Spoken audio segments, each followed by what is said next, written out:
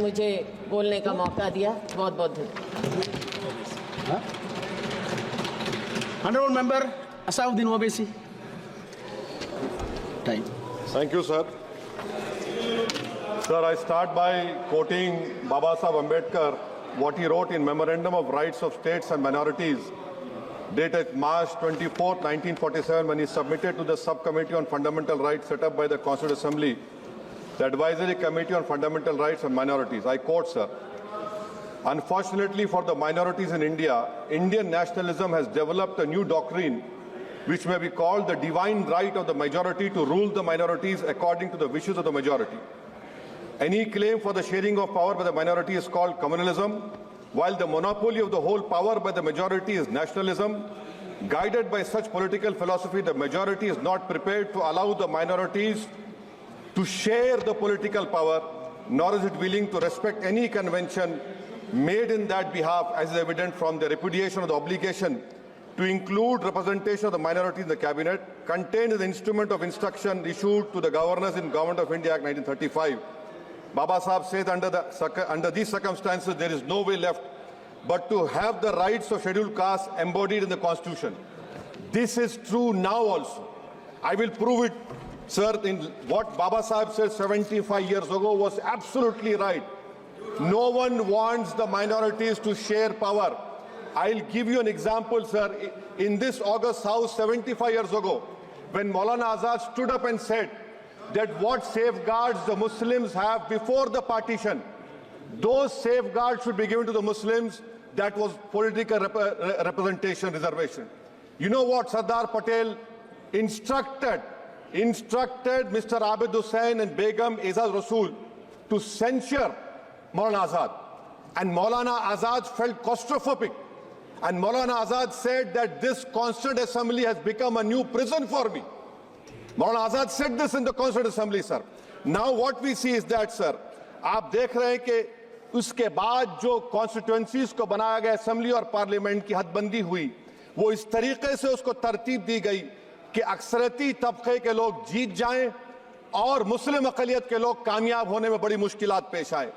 इसीलिए 2007 में सच्चर कमेटी ने कहा था, सिफारिशात में कहा कि अब जब हदबंदी होगी तो माकूल तरीके से बनाया जाए ताकि मुसलमान पार्लियामेंट और असेंबली के इलेक्शन जीत सके।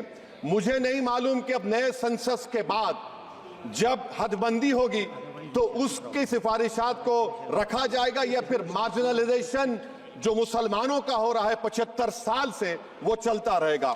सर, जब पार्लियामानी जमहूरियत की कामयाबी किस बुनियाद पर होती है?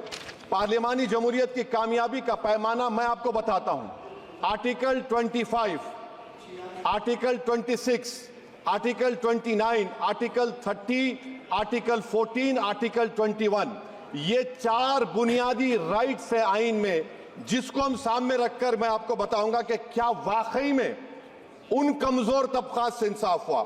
मिसाल के तौर पर आर्टिकल 15 और 16, सर, 1950 का प्रेसिडेंशियल ऑर्डर निकला, तारीखी नाइंसाफी के खात्मे के लिए रिजर्वेशन दिया गया, तारीखी नाइंसाफी के लिए हजारों साल के जुल्म की बिना पर, मगर उनको नहीं मिला जिनका मजहब इस्लाम और मुसलमान था, जो भी उनसे भी नाइंसाफी जुल्म हुआ।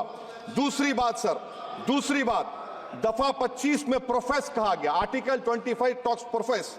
सर, आज मेरी बेटियों को गवर्नमेंट के एजुकेशन इदारों में हिजाब पहनने से रोका जा रहा है, तो ये आर्टिकल 25 का प्रोफेस कहां तक कामयाब हुआ, ये अक्लमंद लोगों पर छोड़ता हूं।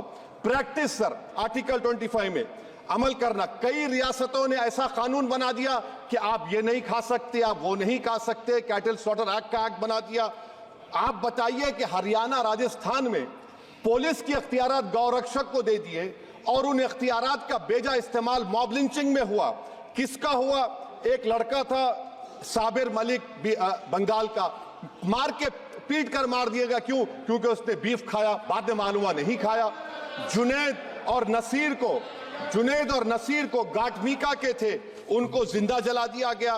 सर, फिर प्रोपगेट, आप ये आर्टिकल 25 का 3rd सेक्शन प्रोपगेट, आज आप देख रहे हैं कि मुझसे पूछा जा रहा है कि 500 साल पहले तुम्हारी मस्जिद थी, नहीं थी। ख्वाजा अजमेरी की दरगाह कह रहे नहीं है।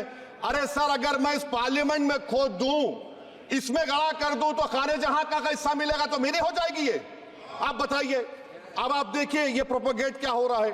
अच्छा, जो तब्दीली मजहब का कानून, तब्दीली मजहब, मैं तब्दील मजहब नहीं कर सकता, सरकार से पूछना पड़ेगा मुझे अपना मजहब बदलने के लिए। अगर अंबेडकर आज जिंदा होते तो बाबा साहब को भी कहते कि आप जाकर परमिशन लो, तब मजहब बदलना पड़ेगा आपको। ये हालात आज यहां पर पैदा हो चुकी है। सर, आर्टिकल 26 देखिए, it gives religious denomination the right to establish and maintain institution for religion charitable. वजीर आजम कहते हैं कि वक्फ का ताल्लुक संविधान से नहीं है। अरे कौन पढ़ा रहा है वजीर आजम को? आर्टिकल 26 पढ़ा लीजिए। आर्टिकल 26 की बात कही गई। मकसद क्या है कि वक्फ की जायदादों को अक्सरियती तबके के लिए छीन कर दे दिया जाए। आप अपनी ताकत की बुनियाद पर छीनना चाह रहे हैं। सर, दफा 29 पे आ जाइए, आर्टिकल 29। लैंग्वेज का, जबान का तहफ्फुज है। उर्दू को खत्म कर दिया गया। वो उर्दू जिसके हमारे मुजाहिदीन आजादी ने नारा दिया था, इनकलाब जिंदाबाद का, उस जबान को आप खत्म कर रहे हैं। कल्चर, आप कल्चर की बात इनसे पूछ लीजिए, वो बोलेंगे नहीं, हमारा जो कल्चरल नेशनलिज्म है वो कल्चरल नेशनलिज्म नहीं है बीजेपी का।